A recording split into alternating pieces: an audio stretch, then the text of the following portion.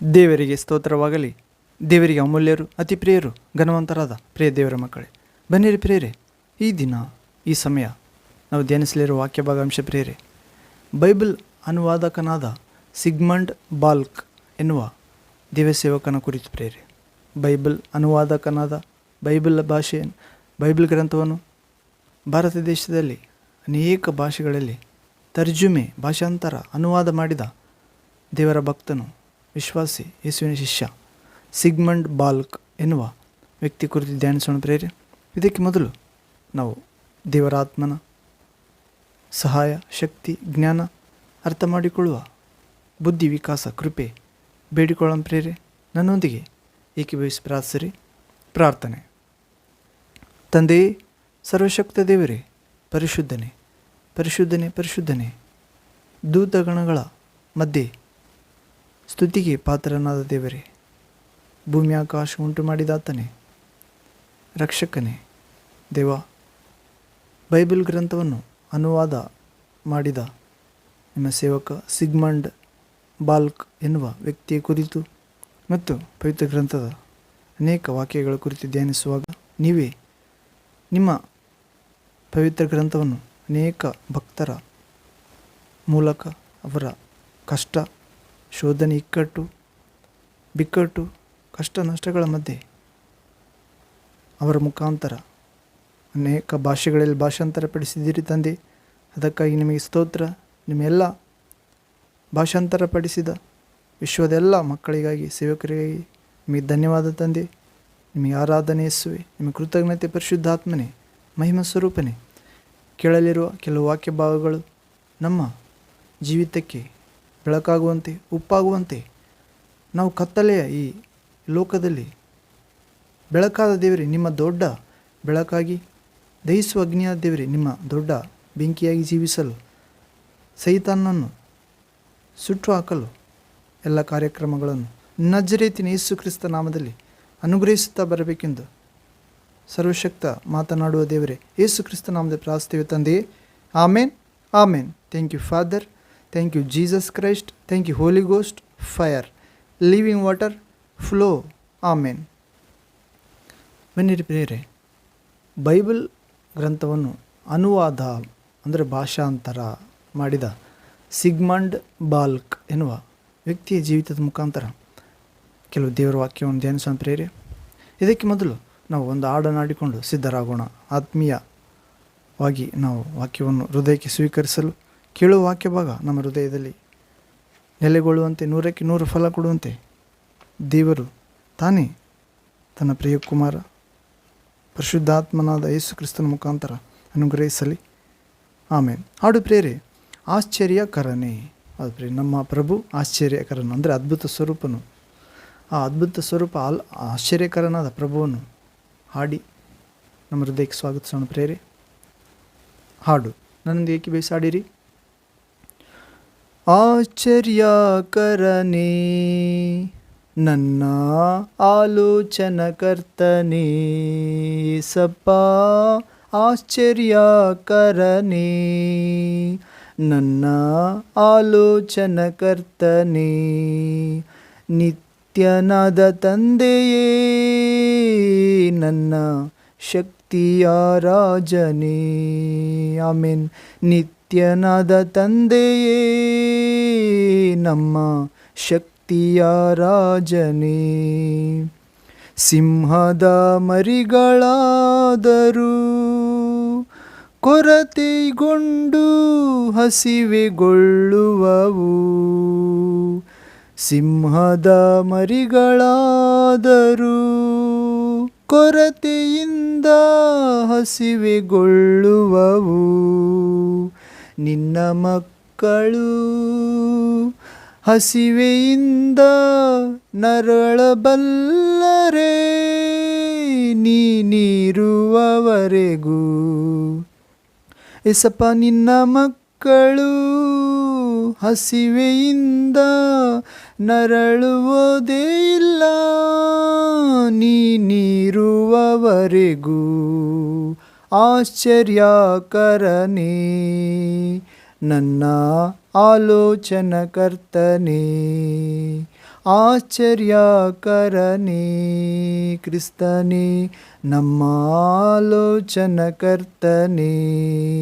ನಿತ್ಯನಾದ ತಂದೆಯೇ, ನಮ್ಮ ಶಕ್ತಿಯ ರಾಜನೇ, ನಿತ್ಯನಾದ ತಂದೆಯೇ, ನಮ್ಮ ಜ್ಞಾನದ ಮೂಲನೇ, ಬಿತ್ತದ ಪಕ್ಷಿಗಳನ್ನು ನಿತ್ಯವೂ ಪೋಷಿಸುತ್ತಿರುವೆ. ತಂದೆಯಾದ ದೇವರೇ, ಬಿತ್ತದ ಪಕ್ಷಿಗಳನ್ನು ನಿತ್ಯವೂ ಪೋಷಿಸುತ್ತಿರುವೆ. ನಿನ್ನ ಮಕ್ಕಳು ಪಕ್ಷಿಗಳಿಗಿಂತ ಶ್ರೇಷ್ಠರಲ್ಲವೇ? ನೀನಿರುವವರೆಗೂ ಒಡೆಯನೆ, ನಿನ್ನ ಮಕ್ಕಳಾದ ನಾವು ಪಕ್ಷಿಗಳಿಗಿಂತ ಶ್ರೇಷ್ಠರಲ್ಲವೇ? ನೀನಿರುವವರೆಗೂ ಎಸಪ್ಪ ಆಶ್ಚರ್ಯಕರನೇ, ನನ್ನ ಆಲೋಚನಕರ್ತನೇ, ನಿತ್ಯನಾದ ತಂದೆಯೇ, ನನ್ನ ಶಕ್ತಿಯ ರಾಜನೇ, ನಿತ್ಯನಾದ ತಂದೆಯೇ, ನನ್ನ ಆರೋಗ್ಯದ ಮೂಲನೇ, ಕತ್ತಲೆ ತೊಲಗಿಸುವಂತ ನೀತಿ ಸೂರ್ಯನು ನನ್ನೊಳಗೆ ಉದಯಿಸಿದ. Amen lord Jesus. ಕತ್ತಲೆ ತೊಲಗಿಸುವಂತ ನೀತಿ ಸೂರ್ಯನು ನನ್ನೊಳು ಉದಯಿಸಿದ. ನಿನ್ನ ಸಾಕ್ಷಿಯಾಗಿ ಬೆಳಕು ಮಗುವಾಗಿ ತೇಜಗೊಳ್ಳುವೆನು. ನೀನಿರುವವರೆಗೂ ಕ್ರಿಸ್ತನೇ, ನಿನ್ನ ಸಾಕ್ಷಿಯಾಗಿ ಬೆಳಕು ಮಗುವಾಗಿ ತೇಜಗೊಳ್ಳುವೆನು. ನೀನಿರುವವರೆಗೂ ಆಶ್ಚರ್ಯಕರನೇ, ನನ್ನ ಆಲೋಚನಕರ್ತನೇ, ಯೇಸುವೇ ಆಶ್ಚರ್ಯಕರನೇ, ನನ್ನ ಆಲೋಚನಕರ್ತನೇ, ನಿತ್ಯನಾದ ತಂದೆಯೇ, ನನ್ನ ಶಕ್ತಿಯ ರಾಜನೇ, ಕ್ರಿಸ್ತನೇ, ನಿತ್ಯನಾದ ತಂದೆಯೇ, ನನ್ನ ಬೆಳಕಿನ ರಾಜನೇ. Amen. Thank you Jesus. Thank you father. Thank you Holi ghost. Fire, living water flow. ಹೌದು ಪ್ರೇರೆ, ನಮ್ಮ ದೇವರು ಆಶ್ಚರ್ಯಕರನು, ಅದ್ಭುತ ಸ್ವರೂಪನಾಗಿದ್ದಾನೆ ಪ್ರೇರೆ. ಆತನು ಆಲೋಚನಾಕರ್ತನಾಗಿದ್ದಾನೆ, ಪರಾಕ್ರಮಿ ದೇವರು, ನಿತ್ಯನಾದ ತಂದೆ, ಸಮಾಧಾನ ಪ್ರಭು. ಹೀಗೆ ನಿತ್ಯನಾದ ತಂದೆ ನಮ್ಮ ಶಕ್ತಿಗೆ ಆಧಾರವಾಗಿದ್ದಾನೆ ಪ್ರೇರೆ. ಹೌದು, ನಾವು ಲೂಕನ ಸುವಾರ್ತೆ 10ನೇ ಅಧ್ಯಾಯ 19ನೇ ವಾಕ್ಯದಲ್ಲಿ ಓದುತ್ತೇವೆ. Luke gospel chapter 10 verse 19th word. ಇಲ್ಲಿ ಓದುತ್ತೇವೆ, ಇಗೋ ಹಾವುಗಳನ್ನು ಚೇಳುಗಳನ್ನು ತುಳಿಯುವುದಕ್ಕೆ ನಿಮಗೆ ಅಧಿಕಾರವನ್ನು ಕೊಟ್ಟಿದ್ದೇನೆ. ಶತ್ರುವಿನ ಸಮಸ್ತ ಶಕ್ತಿಯ ಮೇಲೆ ನಿಮಗೆ ಅಧಿಕಾರ ಕೊಟ್ಟಿದ್ದೇನೆ. ಯಾವುದು ನಿಮಗೆ ಎಷ್ಟು ಹಾನಿ ಮಾಡುವುದೇ ಇಲ್ಲ. ದೆವ್ವಗಳು ನಿಮಗೆ ಅಧೀನವಾಗುತ್ತವೆ ಎಂದು ಸಂತೋಷಪಡುವುದಕ್ಕಿಂತ ನಿಮ್ಮ ಹೆಸರುಗಳು ಸ್ವರ್ಗದಲ್ಲಿ ಬರೆಯಲ್ಪಟ್ಟಿವೆ ಎಂದು ಸಂತೋಷಪಡಿರಿ. ಹೌದು ಪ್ರೇರೆ, ಅಂಥ ಅಧಿಕಾರ ಪರಿಶುದ್ಧ ಗ್ರಂಥದ ಮುಖಾಂತರ ಮಾತನಾಡುವ ದೇವರಾದ, ಜೀವ ಕೊಡುವ ಆತ್ಮನಾದ ಯೇಸು ಕ್ರಿಸ್ತನು ತನ್ನ ಶಿಷ್ಯರ ಮುಖಾಂತರ ನಮಗೆ ಸುವಾರ್ತೆಯಲ್ಲಿ ವಾಗ್ದಾನ ಮಾಡಿದ್ದಾನೆ ಪ್ರೇರೆ. ವಾಗ್ದಾನ ಮಾಡಿದಾತ ನಂಬಿಗಸ್ತನು, ತನ್ನ ಕಾರ್ಯವನ್ನು ಸಾಧಿಸುತ್ತಾನೆ ಪ್ರೇರೆ. ನಾವು ವಾಗ್ದಾನಗಳಲ್ಲಿ ಭರವಸೆ ಇಡಬೇಕಾಗಿದೆ. ನಮ್ಮ ದೇವರು ಆಕಾಶ ಭೂಮಿಯನ್ನು ಉಂಟು ಮಾಡಿದ ಆತನು.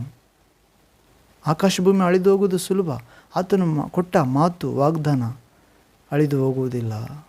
ಹೌದು ಪ್ರಿಯ, ಆಕಾಶದಿಂದ ಮಳೆಯು ಹಿಮವು ಭೂಮಿಗೆ ಬಂದು ಬಿತ್ತುವನಿಗೆ ಬೀಜವನ್ನು, ಉಣ್ಣುವನಿಗೆ ಆಹಾರವನ್ನು ಕೊಡದೆ ಹೇಗೆ ಸುಮ್ಮನೆ ವ್ಯರ್ಥವಾಗಿ ಹಿಂದಿರುಗುವುದಿಲ್ಲವೋ, ಹಾಗೆಯೇ ದೇವರು ತನ್ನ ಬಾಯಿಂದ ಹೊರಟ ಮಾತನ್ನು ತಾನು ಉದ್ದೇಶಿಸಿದ್ದನ್ನು ನೆರವೇರಿಸಿದ ಹೊರತು ತಾನು ಆಶಿಸಿದ್ದನ್ನು ಕೈಗೂಡಿಸಿದ ಹೊರತು ವ್ಯರ್ಥವಾಗಿ ದೇವರ ಬಳಿಗೆ ಹಿಂತಿರುಗುವುದಿಲ್ಲ ಪ್ರೇರೆ. ಹೌದು, ಆತನಲ್ಲಿ ವಾಕ್ಯದಲ್ಲಿ ವಿಶ್ವಾಸ ಇಡುವ ನಮ್ಮನ್ನು ತಂದೆಯ ಬಳಿಗೆ ದೇವರ ವಾಕ್ಯ ತೆಗೆದುಕೊಂಡು ಹೋಗುತ್ತೇವೆ ಪ್ರೇರೆ ನಮ್ಮೆಲ್ಲರನ್ನು.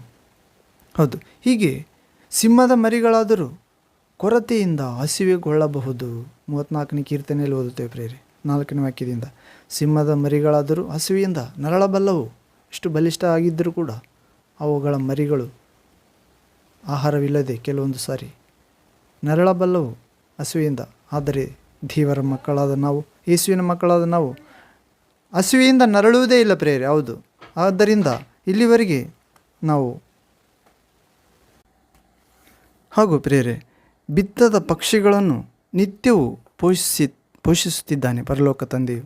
ಹೌದು, ಅವು ಬಿತ್ತುವುದಿಲ್ಲ, ಕೊಯ್ಯುವುದಿಲ್ಲ, ಕಣಜಗಳಲ್ಲಿ ತುಂಬಿಟ್ಟುಕೊಳ್ಳುವುದಿಲ್ಲ. ಆದರೂ ಸ್ವರ್ಗದಲ್ಲಿರುವ ನಿಮ್ಮ ತಂದೆ, ನಮ್ಮ ತಂದೆ ಅವುಗಳಿಗೆ ಸಾಕಿ ಸಲಹುತ್ತಾನೆ. ಹೌದು, ನಾವು ಅವುಗಳಿಗಿಂತ ಶ್ರೇಷ್ಠರು ತಾನೇ ಎಂದು ಹೇಳಿದ್ದಾನೆ ಪ್ರೇರೆ. ಹೌದು, ಆದ್ದರಿಂದ ನಾವು ಏನು ತಿನ್ನಬೇಕೇನು ಕುಡಿಯಬೇಕೆಂದು ಚಿಂತಿಸದೆ ಮೊದಲು ದೇವರ ರಾಜ್ಯಕ್ಕೆ ನೀತಿಗೆ ತವಕ ಪಡಬೇಕೆಂದು ಯೇಸು ಹೇಳುತ್ತಿದ್ದಾನೆ. ಮತ್ತು ಕೊನೆಯದಾಗಿ ಕತ್ತಲೆ ತೊಲಗಿಸುವ ನೀತಿ ಸೂರ್ಯನು ನಮ್ಮೊಳಗೆ ಉದಯಿಸಿದ್ದಾನೆ ಪ್ರೇರೆ. ಹೌದು, 2000 ವರ್ಷಗಳ ಕೆಳಗೆ ಪರಾತ್ಪರ ದೇವರ ಕುಮಾರನಾಗಿ, ದೊಡ್ಡ ಬೆಳಕಾಗಿ, ನಿತ್ಯ ಜೀವವಾಗಿ, ದೇವರ ಪ್ರತಿರೂಪವಾಗಿ ಮರಣಾಧಿಕಾರಿಯನ್ನು, ಶರೀರದ ಆಶೆಗಳನ್ನು, ಲೋಕದ ಇಚ್ಛೆಗಳನ್ನು, ಭಯವನ್ನು ಸಮಾಧಿ ಮಾಡಿ 3ನೇ ದಿನ ಸಮಾಧಿಯಿಂದ ಎದ್ದು ಮರಣಾಧಿಕಾರಿಯ ಮೇಲೆ, ಹೌದು ಪ್ರೇರೆ, ಭಯಪಡಿಸುವ ಎಲ್ಲ ಲೋಕದ ಆಗುವವುಗಳ ಮೇಲೆ ಜಯ ಕೊಟ್ಟಿದ್ದಾನೆ ಪ್ರೇರೆ. ಹೌದು, ಎಲ್ಲವುಗಳಿಂದ ಬಿಡುಗಡೆ. ಹೌದು, ಅನ್ನವಿಲ್ಲದಿರುವ, ವಸ್ತ್ರವಿಲ್ಲದಿರುವುದು, ಖಡ್ಗ, ಕಟಾರಿ, ಹಿಂಸೆ, ನಗ್ನ ಸ್ಥಿತಿ, ಸಂಕಟ.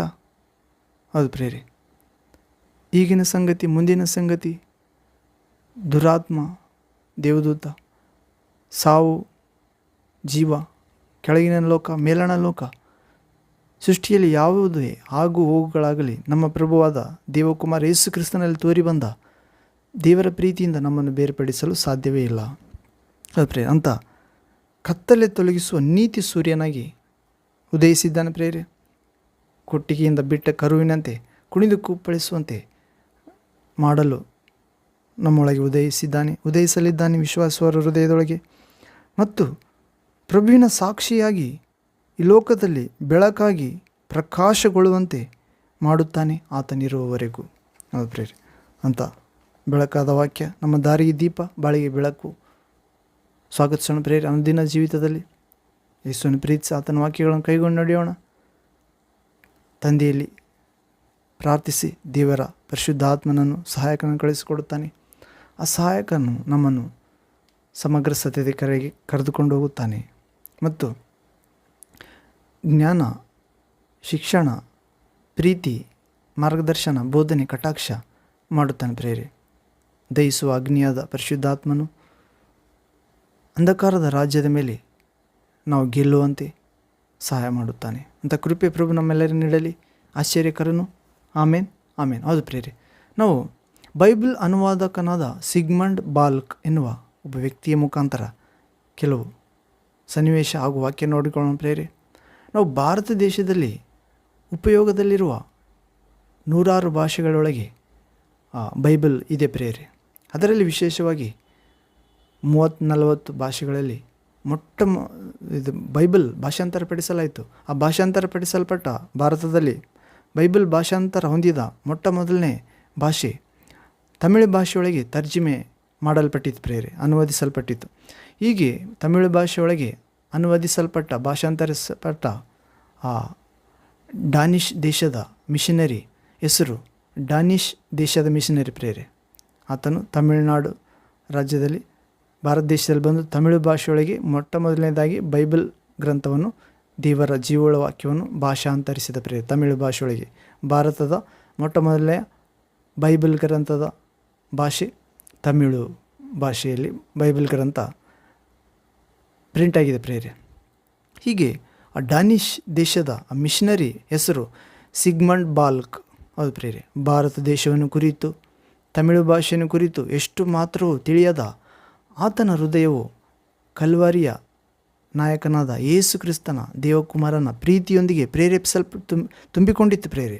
ಹೌದು, ಸ್ಪೇನ್ ದೇಶವನ್ನು ಬಿಟ್ಟು ಬಂದು 7 ತಿಂಗಳು ಕಾಲ ಆ ಸಮುದ್ರ ಹಡಗು ಪ್ರಯಾಣವನ್ನು ಮಾಡಿ ತರಂಗಂಬಾಡಿ ಎನ್ನುವಂಥ ಸ್ಥಳಕ್ಕೆ ಸೇರಿಕೊಂಡನು. ಹೌದು, 7 ತಿಂಗಳ ಸಮುದ್ರ ಪ್ರಯಾಣ ಹಡಗು ಪ್ರಯಾಣ ಮಾಡಿ ಬಂದ ಪ್ರೇರೆ ತಮಿಳುನಾಡಿನ ತರಂಗಂಬಾಡಿ ಎನ್ನುವ ಆ ಪ್ರಾಂತ್ಯಕ್ಕೆ ಸೇರಿದನು. ಆದರೆ ಕೂಡಲೇ ಅನುಮತಿ ಲಭಿಸದಿದ್ದರಿಂದ, ಭಾಷಾಂತರಪಡಿಸಲು ಕೂಡಲೇ ಅನುಮತಿ ದೊರಕದಿದ್ದರಿಂದ ಒಂದು ಚಿಕ್ಕ ಕೋಣೆಯಲ್ಲಿ 4 ತಿಂಗಳು 4 ತಿಂಗಳು ಗೃಹ ನಿರ್ಬಂಧನೆಯೊಳಗೆ ಇಡಲ್ಪಟ್ಟನು. ಅಂದರೆ ಬಚ್ಚಿಟ್ಟುಕೊಂಡನೆಂದರ್ಥ. ಹೀಗೆ ನಮ್ಮ ದೇಶದ ಆಚಾರಗಳು, ಭೋಜನ ಪದ್ಧತಿಗಳು, ವಾತಾವರಣ ಮಾರ್ಪಾಟುಗಳ ಮೂಲಕ ಬಂದಂಥ ಹೋರಾಟಗಳು, ಶೋಧನೆಗಳು, ಇವುಗಳಿಂದಾಗಿ ಎಷ್ಟು ಶ್ರಮೆ ಅನುಭವಿಸಬೇಕಾಯಿತು ಆ ಸಿಗ್ಮೆಂಟ್ ಬಾಲ್ಕ್ ಎನ್ನುವ ಡಾನಿಷ್ ಮಿಷನರಿ. ಹೌದು ಪ್ರಿಯರೇ, ಆ ಭಾಷೆ ತಿಳಿಯದ ಕಾರಣ ಚಿಕ್ಕ ಮಕ್ಕಳೊಂದಿಗೆ ಕೂತುಕೊಂಡು ಅ ಐ ಇ ಈ ಎಂದು ತಮಿಳು ಭಾಷೆಯನ್ನು ಕಲಿತುಕೊಂಡನು ಪ್ರೇರೆ. ನಂತರ ಕಾಲದಲ್ಲಿ ಆತನು ಬೈಬಲ್ ಗ್ರಂಥವನ್ನು ತಮಿಳು ಭಾಷೆಯೊಳಗೆ ತರ್ಜುಮೆ ಮಾಡಿದನು. ಅದು ಇವತ್ತು ತಮಿಳುನಾಡು ಕ್ರೈಸ್ತವರ ಕೈಯಲ್ಲಿ ಇದೆ ಪ್ರೇರೆ, ಬೈಬಲ್ ಗ್ರಂಥ, ತಮಿಳು ಭಾಷೆಯ ಬೈಬಲ್ ಗ್ರಂಥ. ಹೌದು, ಹೀಗೆ ಆದರೆ ಅದರ ನಿಮಿತ್ತ ಆ ಡ್ಯಾನಿಷ್ ದೇಶದ ಆ ಮಿಷನರಿ ಸೇವಕ ಸಿಗ್ಮೆಂಟ್ ಬಾಲ್ಕ್ ಸಲ್ಲಿಸಿದಂಥ ಆ ಕ್ರಯವನ್ನು ಕುರಿತು ನಾವು ಆಲೋಚಿಸುತ್ತಿದ್ದೇವಾ ಪ್ರೇರೆ? ಆಲೋಚಿಸಬೇಕಾಗಿದೆ. ಆ ಪರಿಶುದ್ಧ ಗ್ರಂಥವೆಲ್ಲ ತ್ಯಾಗದೊಂದಿಗೆ ತುಂಬಿಕೊಂಡಿದೆ. ಸ್ವಾರ್ಥಕ್ಕೆ ಆ ಪರಿಶುದ್ಧ ಬೈಬಲ್ ಗ್ರಂಥದಲ್ಲಿ ಎಷ್ಟು ಮಾತ್ರವೂ ಸ್ಥಳವೇ ಇಲ್ಲ ಪ್ರೇರೆ. ಹೌದು, ಮಾನವನು ಶಿಲುಬೆಯ ಬಳಿ ಸೇರಿದಾಗ ಆ ಶಿಲುಬೆ ನಾಯಕನಾದ ಯೇಸು ಕ್ರಿಸ್ತನನ್ನು ನೇರವಾಗಿ ತದೇಕ ದೃಷ್ಟಿಯಿಂದ ನೋಡುವಾಗ ಆ ಸ್ವಾರ್ಥವು ತೊಲಗಿಸಲ್ಪಟ್ಟು ತ್ಯಾಗಪೂರಿತವಾದ ಜೀವಿತವನ್ನು ಜೀವಿಸುವುದಕ್ಕೆ ಪ್ರೇರೇಪಿಸಲ್ಪಡುತ್ತಿದ್ದಾನೆ ಪ್ರತಿಯೊಬ್ಬ ಮಾನವರು. ಹೌದು, ಅಪೊಸ್ತಲನಾದ ಪೌಲನು ಹೇಳುತ್ತಿದ್ದಾನೆ ಏನೆಂದರೆ, ಕ್ರಿಸ್ತ ಯೇಸುವಿನ ಪ್ರೀತಿ ನಮ್ಮನ್ನು ಬಲವಂತ ಮಾಡುತ್ತಿದೆ. ಕೊರಿಂಥ 2ನೇ ಪತ್ರಿಕೆ 5ನೇ ಅಧ್ಯಾಯ 14ನೇ ವಾಕ್ಯದಲ್ಲಿ ಓದ್ತೇವೆ ಪ್ರೇರೆ. ನಾವು ಕೊರಿಂಥ 2ನೇ ಪತ್ರಿಕೆ 14ನೇ ವಾಕ್ಯದಲ್ಲಿ ನೋಡುವುದಾದರೆ, ಕೊರಿಂಥ 2ನೇ ಪತ್ರಿಕೆ 5ನೇ ಅಧ್ಯಾಯ 14ನೇ ವಾಕ್ಯ, 2 Corinthians chapter 5 verse 14th word. ಇಲ್ಲಿ ಓದುವುದಾದರೆ, ಕ್ರಿಸ್ತನ ಪ್ರೀತಿಯು ನಮಗೆ ಒತ್ತಾಯ ಮಾಡುತ್ತದೆ, ಎಲ್ಲರಿಗೋಸ್ಕರ ಒಬ್ಬನು ಸತ್ತದ್ದರಿಂದ ಎಲ್ಲರೂ ಸತ್ತಂತಾಯಿತೆಂದು ನಿಶ್ಚಯಿಸಿಕೊಂಡೆವು. ಇಲ್ಲಿ ಅಪೊಸ್ತಲರು ಕ್ರಿಸ್ತನ ಪ್ರೀತಿಯಿಂದ ಪ್ರೇರಣೆ ಹೊಂದಿ ಸಮಾಧಾನ ವಾಕ್ಯವನ್ನು ಹೇಳುವ ರಾಯಭಾರಿಗಳಾಗಿ ಎಲ್ಲ ಸಂಗತಿಗಳಲ್ಲಿ ತಮ್ಮನ್ನು ದೇವರ ಸೇವಕರೆಂದು ತೋರಿಸಿಕೊಂಡದ್ದು ಎನ್ನುವ ಪೀಠಿಕೆ ವಿಷಯದಲ್ಲಿ ಹೇಳುತ್ತಿದ್ದಾನೆ ಪ್ರೇರೆ. ಅಪೊಸ್ತಲರು ಕ್ರಿಸ್ತನ ಪ್ರೀತಿಯಿಂದ ಪ್ರೇರಣೆ ಹೊಂದಿ ಸಮಾಧಾನ ವಾಕ್ಯವನ್ನು ಹೇಳುವ ರಾಯಭಾರಿಗಳಾಗಿ ಎಲ್ಲ ಸಂಗತಿಗಳಲ್ಲಿ ತಮ್ಮನ್ನು ದೇವರ ಸೇವಕರೆಂದು ತೋರಿಸಿಕೊಂಡದ್ದು. ಆ ವಿಷಯದಲ್ಲಿ ಕ್ರಿಸ್ತನ ಪ್ರೀತಿಯು ನಮಗೆ ಒತ್ತಾಯ ಮಾಡುತ್ತದೆ. ಎಲ್ಲರಿಗೋಸ್ಕರ ಒಬ್ಬನು ಸತ್ತದ್ದರಿಂದ ಎಲ್ಲರೂ ಸತ್ತಂತಾಯಿತೆಂದು ನಿಶ್ಚಯಿಸಿಕೊಂಡೆವು. ಪ್ರಿಯರೇ, ಪಾಪ ಮಾಡಿದವರನ್ನು ಪಾಪದಿಂದ ಬಿಡಿಸಲು ಪಾಪವಿಲ್ಲದ ಒಬ್ಬ ವ್ಯಕ್ತಿ ದೇವ ಕುಮಾರ.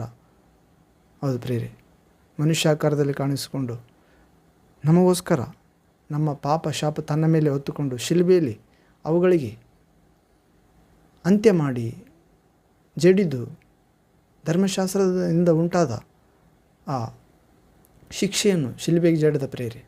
ಹೌದು, ಹೀಗೆ ಸಮಾಧಿ ಮಾಡಿ ಅವುಗಳೊಂದಿಗೆ ತಾನು ಸಮಾಧಿಗೆ ಹೋಗಿ ಅವುಗಳನ್ನು ಸಮಾಧಿಯಲ್ಲಿ ಬಿಟ್ಟು 3ನೇ ದಿನ ತಿರುಗಿ ಜೀವಂತವಾಗಿ ಎದ್ದ ಪ್ರೇರೆ. ಆತನನ್ನು ಮರಣವು ಹಿಡಿದಿರಲು ಅಸಾಧ್ಯವಾಗಿತ್ತು, ಕಾರಣ ಆತನಲ್ಲಿ ಪಾಪವಿಲ್ಲ. ಆತನು ದೇವರ ವಾಕ್ಯವಾಗಿದ್ದನು, ದೇವರ ಸ್ವರವಾಗಿದ್ದನು, ದೇವರ ಮಹಿಮೆಯ ಪಡಿಯಚ್ಚು, ದೇವರ ಪ್ರತಿರೂಪ. ಹೌದು ಪ್ರಿಯ, ದೇವರಾಗಿದ್ದನು. ಹೌದು, ಹೀಗೆ ಆತನು ಸತ್ತದ್ದರಿಂದ ಎಲ್ಲರೂ ಸತ್ತಂತಾಯಿತು. ಆತನು ಜೀವಿಸುವವರು ಇನ್ನು ಮೇಲೆ 15ನೇ ವಾಕ್ಯ ಪ್ರೇರೆ, 2 ಕೊರಿಂಥ 5ನೇ ಅಧ್ಯಾಯ 15ನೇ ವಾಕ್ಯ, 2 Corinthians chapter 5 verse 15th word.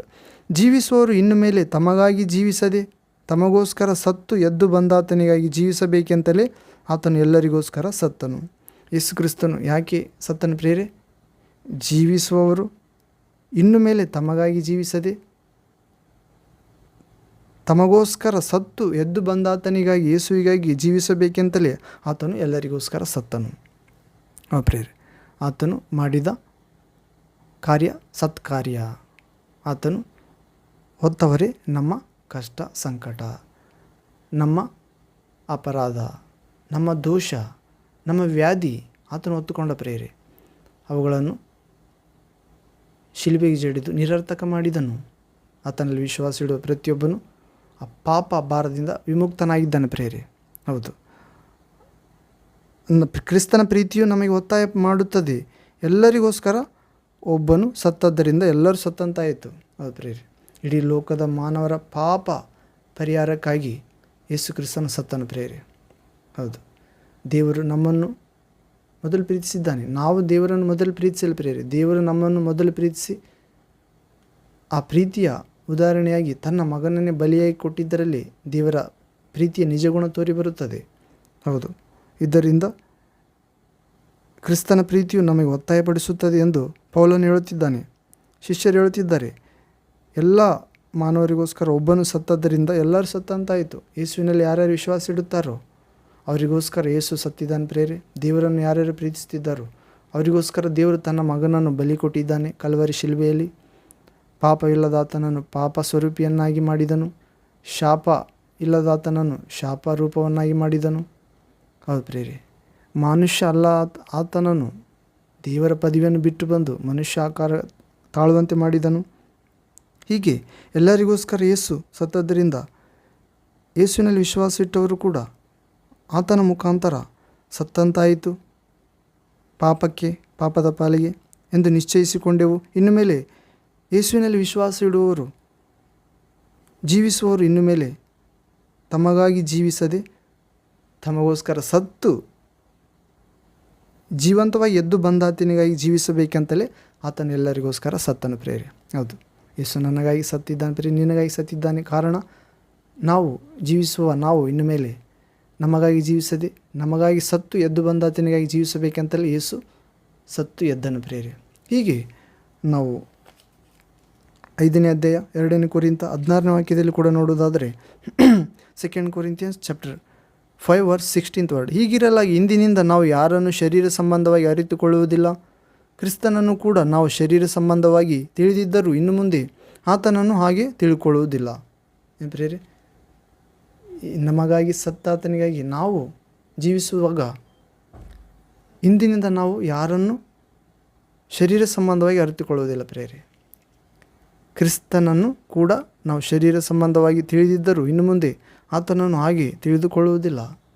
ಹೌದು, ಯೇಸು ಕ್ರಿಸ್ತನು ಪರಾತ್ಪರ ದೇವಕುಮಾರನು ಮನುಷ್ಯಾಕಾರದಲ್ಲಿ ಕಾಣಿಸಿಕೊಂಡನು ಅಷ್ಟೇ. ಆತನು ಮೇಲು ಲೋಕದವನು. ಮಕ್ಕಳು ಮಾಂಸಧಾರಿಗಳಾಗಿರುವುದರಿಂದ ಆತನು ಮಕ್ಕಳಂತಾದನಷ್ಟೇ. ಆತ್ಮಗಳ ತಂದೆ ತನ್ನ ಪರಿಶುದ್ಧತೆಯಲ್ಲಿ ಭಾಗಿಗಳಾಗಬೇಕೆಂದೇ ನಮ್ಮನ್ನು ಕರೆಯಲು ಶರೀರಾಕಾರದಲ್ಲಿ ಬಂದಿದ್ದಾನೆ ಪ್ರೇರೆ. ಮತ್ತು ಶರೀರ ಆಕಾರದಲ್ಲಿ ಪಾಪಕ್ಕೆ ಶಿಕ್ಷೆಯನ್ನು ವಿಧಿಸಿದನು ಶಿಲುಬೆಯಲ್ಲಿ. ಹೀಗೆ ನಾವು ಯೇಸುವನ್ನು ಇನ್ನು ಮೇಲೆ ಶರೀರ ಸಂಬಂಧವಾಗಿ ಅರಿತುಕೊಳ್ಳಬಾರದು ಪ್ರೇರೆ. ಕ್ರಿಸ್ತನನ್ನು ಕೂಡ ನಾವು ಶರೀರ ಸಂಬಂಧವಾಗಿ ತಿಳಿದಿದ್ದರೂ ಇನ್ನು ಮುಂದೆ ಆತನನ್ನು ಹಾಗೆ ತಿಳಿದುಕೊಳ್ಳುವುದಿಲ್ಲ. 17ನೇ ವಾಕ್ಯ, 2ನೇ ಕೊರಿಂಥ 5ನೇ ಅಧ್ಯಾಯ 17ನೇ ವಾಕ್ಯ. ಇವಾಗ ಹೀಗಿರಲಾಗಿ ಯಾವನಾದರೂ ಕ್ರಿಸ್ತನಲ್ಲಿ ಇದ್ದರೆ ಅವನು ನೂತನ ಸೃಷ್ಟಿಯಾದನು. ಇಗೋ, ಪೂರ್ವ ಸ್ಥಿತಿ ಹೋಗಿ ಎಲ್ಲವೂ ನೂತನವಾಯಿತು. ಅದು ಪ್ರೇರೆ, ನಾವು ಜೀವಿಸುವವರು ಇನ್ನು ಮೇಲೆ ತಮಗಾಗಿ ಜೀವಿಸದೆ ತನಗೋಸ್ಕರ ಸತ್ತು ಎದ್ದು ಬಂದಾತನಿಗಾಗಿ ಜೀವಿಸಬೇಕು. ಅದಕ್ಕಾಗಿ ಆತನು ಎಲ್ಲರಿಗೋಸ್ಕರ ಸತ್ತನು ಪ್ರೇರೆ. ಹೀಗಿರಲಾಗಿ ಇಂದಿನಿಂದ ನಾವು ಯಾರನ್ನು ಶರೀರ ಸಂಬಂಧವಾಗಿ ಅರಿತುಕೊಳ್ಳಬಾರದು. ಕ್ರಿಸ್ತನನ್ನು ನಾವು ಒಂದು ಸಮಯದಲ್ಲಿ ಶರೀರ ಸಂಬಂಧವಾಗಿ ತಿಳಿದಿದ್ದರೂ ಅಂದರೆ ಲೌಕಿಕ ವಿಷಯಗಳಿಗಾಗಿ ಸಹಾಯ ಮಾಡುತ್ತಾನೆಂದು ಲೋಕಕ್ಕೋಸ್ಕರ ನಾವು ನಂಬಬೇಕೆಂದು, ಹಾಗೆ ಇನ್ನು ಮುಂದೆ ಆತನನ್ನು ಹಾಗೆ ತಿಳಿದುಕೊಳ್ಳೋದಿಲ್ಲ. ಹೀಗಿರಲಾಗಿ ಆತ್ಮ ಸಂಬಂಧವಾಗಿ ನಾವು ಆತನನ್ನು ಅರಿತುಕೊಳ್ಳಬೇಕಾಗಿದೆ. ಹೀಗಿರಲಾಗಿ ಯಾವನಾದರೂ ಕ್ರಿಸ್ತನಲ್ಲಿದ್ದರೆ ಅವನು ನೂತನ ಸೃಷ್ಟಿಯಾಗುತ್ತಾನೆ. ಈಗ ಪೂರ್ವ ಸ್ಥಿತಿ ಹೋಗಿ ಎಲ್ಲ ನೂತನವಾಗುತ್ತದೆ. ಆದರೆ ಕ್ರಿಸ್ತನಲ್ಲಿ ಯಾರಾದರೂ ಇದ್ದರೆ ಅವರು ಹೊಸ ಸೃಷ್ಟಿಯಾಗುತ್ತಾರಂತ. ಹೀಗಿರಲಾಗಿ ಯಾವಳಾದರೂ ಯಾರಾದರೂ ಕ್ರಿಸ್ತನಲ್ಲಿದ್ದರೆ ಅವನು ಆಕೆ ನೂತನ ಸೃಷ್ಟಿಯಾದರು. ಈಗ ಪೂರ್ವಸ್ಥಿತಿ ಹೋಗಿ ಎಲ್ಲ ನೂತನವಾಯಿತು. ಇದೆಲ್ಲ ದೇವರಿಂದ ಉಂಟಾದದ್ದು. ಪೂರ್ವಸ್ಥಿತಿ ಹೋಗಿ ಎಲ್ಲ ನೂತನ ಆಯ್ತು ಅಂತ ಪ್ರೇರೆ. ಪೂರ್ವಸ್ಥಿತಿ ಅಂದರೆ ನಾವು ಪಾಪದ ವಶದಲ್ಲಿದ್ದೆವು. ಹೌದು ಪ್ರೇರೆ, ನಾವು ಧೈರ್ಯಗೆಟ್ಟವರಾಗಿದ್ದೆವು, ದೇಹದ ಕಾರ್ಯಗಳಲ್ಲಿದ್ದೆವು. ಹೌದು, ಮತ್ತು ಆಕಾಶದ ಶಕ್ತಿಗಳಿಗೆ, ದುರಾತ್ಮ ಶಕ್ತಿಗಳಿಗೆ ಅಧೀನರಾಗಿದ್ದೆವು. ಮುಖ ವಿಗ್ರಹಗಳ ಬಳಿಗೆ ಹೋಗುವವರಾಗಿದ್ದೆವು, ಅಧರ್ಮಿಗಳಾಗಿದ್ದೆವು, ಕತ್ತಲೆಯಲ್ಲಿದ್ದೆವು, ಸೈತಾನನೊಂದಿಗೆ ಒಡನಾಟದಲ್ಲಿದ್ದೆವು ಪ್ರೇರೆ, ವಿಗ್ರಹ ಆರಾಧನೆಯಲ್ಲಿದ್ದೆವು, ಜೀವಸ್ವರೂಪನ ದೇವರ ಮಂದಿರವಾಗಿರಲಿಲ್ಲ. ಈಗಲಾದರೂ ಯೇಸುವಿನ ಮುಖಾಂತರ ನಾವು ಜೀವಸ್ವರೂಪನ ದೇವರ ಮಂದಿರವಾಗಿದ್ದೇವೆ ಪ್ರೇರೆ. ದೇವರು ನಮ್ಮನ್ನು ತನ್ನ ಕೋಪಕ್ಕೆ ಗುರಿ ಮಾಡದೆ ತನ್ನ ಮಗನ ಮುಖಾಂತರ ನಿತ್ಯ ಜೀವಕ್ಕೆ ನಮ್ಮನ್ನು ಕರೆದಿದ್ದಾನೆ. ಯಾರೆಲ್ಲ ಮಗನಿಗೆ ಒಳಗಾಗುತ್ತಾರೋ ಅವರ ಮೇಲೆ ದೇವರ ಕೋಪ ಇಲ್ಲ ಪ್ರೇರೆ. ಮಗನಲ್ಲಿರುವ ಜೀವದಿಂದ ಅವರು ರಕ್ಷಣೆ ಆಗುತ್ತಾರೆ. ಹೌದು, ಆ ಜೀವ ಆ ಮಗನಲ್ಲಿದೆ. ಹೀಗೆ ಪ್ರೇರೆ, ನಾವು ಇನ್ನೊಂದು ವಾಕ್ಯ ನೋಡುವುದಾದರೆ ರೋಮಪತ್ರಿಕೆ 5ನೇ ಅಧ್ಯಾಯ 15ನೇ ವಾಕ್ಯ. ರೋಮಪತ್ರಿಕೆ 5ನೇ ಅಧ್ಯಾಯ 15ನೇ ವಾಕ್ಯದಲ್ಲಿ ಓದುವುದಾದರೆ, Romans chapter 5 verse 15th word. ಇಲ್ಲಿ ಓದುವುದಾದರೆ, ಆದರೆ ಆ ಅಪರಾಧದ ಸಂಗತಿಗೂ ದೇವರ ಕೃಪಾದಾನದ ಸಂಗತಿಗೂ ಬಹಳ ಹೆಚ್ಚು ಕಡಿಮೆ ಉಂಟು. ಹೇಗೆಂದರೆ ಆ ಒಬ್ಬನ ಅಪರಾಧದಿಂದ ಎಲ್ಲ ಮನುಷ್ಯರು ಸತ್ತದ್ದು ನಿಶ್ಚಯವಾಗಿರಲಾಗಿ ದೇವರ ಕೃಪೆಯು ಯೇಸು ಕ್ರಿಸ್ತ ಎಂಬ ಈ ಒಬ್ಬ ಪುರುಷನ ಕೃಪೆಯಿಂದ ಸಿಕ್ಕ ವರವು ಎಲ್ಲ ಮನುಷ್ಯರಿಗೆ ಹೇರಳವಾಗಿ ಸಿದ್ಧವಾಗಿರುವುದು ಮತ್ತು ನಿಶ್ಚಯವಲ್ಲವೇ. ಪ್ರೇರೆ, ನಾವಲ್ಲಿ ನೋಡಿಕೊಂಡೆವು ಎರಡನೇ ಕೊರಿಂತ 5ನೇ ಅಧ್ಯಾಯ 14ನೇ ವಾಕ್ಯದಲ್ಲಿ ನೋಡಿಕೊಂಡೆವು ಪ್ರೇರೆ. ಏನೆಂದು? ಕ್ರಿಸ್ತನ ಪ್ರೀತಿ ನಮಗೆ ಒತ್ತಾಯ ಮಾಡುತ್ತದೆ. ಎಲ್ಲರಿಗೋಸ್ಕರ ಒಬ್ಬನು ಸತ್ತದ್ರಿಂದ ಎಲ್ಲರೂ ಸತ್ತಂತಾಯಿತು ಎಂದು ನಿಶ್ಚಯ ಮಾಡಿಕೊಂಡೆವು. ಜೀವಿಸುವವನು ಇನ್ನು ಮೇಲೆ ತನಗಾಗಿ ಜೀವಿಸದೆ ತನಗೋಸ್ಕರ ಸತ್ತು ಎದ್ದು ಬಂದ ಆತನಿಗಾಗಿ ಜೀವಿಸಬೇಕೆಂತಲೂ ಆತನು ಎಲ್ಲರಿಗೋಸ್ಕರ ಸತ್ತನು. ಪ್ರೇರೆ, ನಮಗೋಸ್ಕರ ಸತ್ತಂತ ಪ್ರೇರೆ ಕ್ರಿಸ್ತನು. ಎಲ್ಲರೂ ಸತ್ತಂತಾಯಿತು.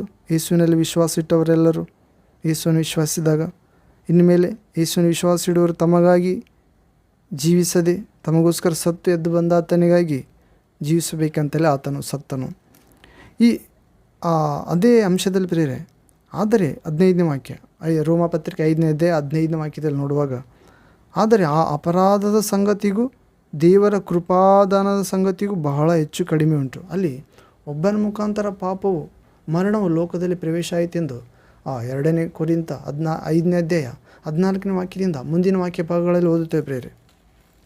ನಾವು ಅಲ್ಲಿ ಒಬ್ಬತನಿಂದ ಪಾಪ ಮರಣ ಈ ಲೋಕವು ಪ್ರವೇಶವಾಯಿತು. ಆದರೆ ಹಾಗೆ ದೇವರ ಕೃಪಾ ಸಂಗತಿಗೂ ಅಪರಾಧದ ಸಂಗತಿಗೂ ದೇವರ ಕೃಪಾದಾನದ ಸಂಗತಿಗೂ ಬಹಳ ಹೆಚ್ಚು ಕಡಿಮೆ ಉಂಟಂತ ಪ್ರೇರೆ. ಹೇಗೆಂದರೆ 15ನೇ ವಾಕ್ಯ 5ನೇ ಅಧ್ಯಾಯ ರೋಮಪತ್ರಿಕೆ 15ನೇ ವಾಕ್ಯ, ಆದರೆ ಆ ಅಪರಾಧದ ಸಂಗತಿಗೂ ದೇವರ ಕೃಪಾದಾನದ ಸಂಗತಿಗೂ ಬಹಳ ಹೆಚ್ಚು ಕಡಿಮೆ ಉಂಟು. ಹೇಗೆಂದರೆ ಆ ಒಬ್ಬನ ಅಪರಾಧದಿಂದಲೇ ಎಲ್ಲ ಮನುಷ್ಯರು ಸತ್ತದ್ದು ನಿಶ್ಚಯವಾಗಿರಲಾಗಿ ದೇವರ ಕೃಪೆಯು ಯೇಸು ಕ್ರಿಸ್ತ ಎಂಬ ಈ ಒಬ್ಬನ ಪುರುಷ ಕೃಪೆಯಿಂದ ಸಿಕ್ಕುವ ವರವು ಎಲ್ಲ ಮನುಷ್ಯರಿಗಾಗಿ ಹೇರಳವಾಗಿ ಸಿದ್ಧವಾಗಿರುವುದು ಮತ್ತು ನಿಶ್ಚಯವಲ್ಲವೇ. ಹೌದು ಪ್ರೇರೆ, ಅಲ್ಲಿ ಯೇಸು ಕ್ರಿಸ್ತನ ವಿಶ್ವಾಸೋದಾದರೆ ಹಳೆ ಒಡಂಬಡಿಕೆಯಲ್ಲಿ ಮಣ್ಣಿನಿಂದ ಮಾಡಲ್ಪಟ್ಟ ಅಬ್ರಾಮನು ದೇವರಿಗೆ ಹೆಂಡತಿ ಮಾತು ಕೇಳಿ ಆತನು ಆ ಹೆಂಡತಿ ಸರ್ಪದ ಮಾತು ಕೇಳಿ ಹೆಂಡತಿ ಗಂಡನು ಸ್ತ್ರೀ ಪುರುಷರು ಪಾಪ ಮಾಡಿದಾಗ ಅವ್ರ ಮುಖಾಂತರ ಮರಣ ಪಾಪ ಲೋಕಕ್ಕೆ ಪ್ರವೇಶ ಆಯಿತು ಪ್ರೇರೆ. ಆ ದೌರ್ಜನ್ಯ ಅದೇ ರೀತಿ ಮುಂದುವರಿಯಿತು ಮನುಷ್ಯ ಕುಲದ ಮೇಲೆ. ಆದರೆ ಆ ಅಪರಾಧ ಸಂಗತಿಗೂ ದೇವರ ಕೃಪಾದಾನ ಸಂಗತಿಗೂ ಹೆಚ್ಚು ಕಡಿಮೆ ಉಂಟಂತ ಪ್ರೇರೆ. ಹೇಗೆಂದರೆ ಆ ಒಬ್ಬನ ಅಪರಾಧದಿಂದ ಎಲ್ಲ ಮನುಷ್ಯರು ಸತ್ತದ್ದು ನಿಶ್ಚಯವಾಗಿರಲಾಗಿ ಆದಮನಿಂದ, ಆದರೆ ದೇವರ ಕೃಪೆಯು ಯೇಸು ಕ್ರಿಸ್ತ ಎಂಬ ಈ ರಕ್ಷಕನ ದೇವಕುಮಾರನ ಈ ಒಬ್ಬ ಪುರುಷನ ಕೈಯಿಂದ ಸಿಕ್ಕುವ ವರವು ಎಲ್ಲ ಮನುಷ್ಯರಿಗೆ ಹೇರಳವಾಗಿ ಸಿದ್ಧವಾಗಿರುವುದು ಮತ್ತು ನಿಶ್ಚಯವಲ್ಲವೇ. ಪಾಪ ಮಾಡಿದಾತನಿಂದಲೇ ಮರಣ, ಪಾಪ, ದೌರ್ಜನ್ಯ ಅಧಿಕಾರ ನಡೆಸಿದರೆ ಪಾಪವಿಲ್ಲದ ಆತನ ಮುಖಾಂತರ ಇನ್ನೆಷ್ಟು ಮಹಿಮೆಯಾಗಿ ದೇವರ ಜೀವ ಹೇರಳವಾಗಿ ಸಿದ್ಧವಾಗಿದೆ ಪ್ರೇರೆ ಮತ್ತು ನಿಶ್ಚಯ ಎಂದು. ಪಾಪ ಮಾಡಿದ ಒಬ್ಬನಿಂದಲೇ ದುಷ್ಫಲ ಬಂದಂತೆ ಈ ವರವು ಬರಲಿಲ್ಲ. ಹೇಗೆಂದರೆ ಒಬ್ಬನೇ ಮನುಷ್ಯನ ಪಾಪದ ದೆಸೆಯಿಂದ ಸಾಯಬೇಕೆಂದ ನಿರ್ಣಯ ಉಂಟಾಯಿತು. ಆದರೆ ದೇವರ ಕೃಪಾದಾನವು ಅನೇಕರ ಅಪರಾಧಗಳ ಕಾರಣದಿಂದಾಗಿ ಉಂಟಾಗಿ ಅವರನ್ನು ನೀತಿವಂತರೆಂದು ನಿರ್ಣಯಿಸುವಂಥದ್ದಾಗಿದೆ.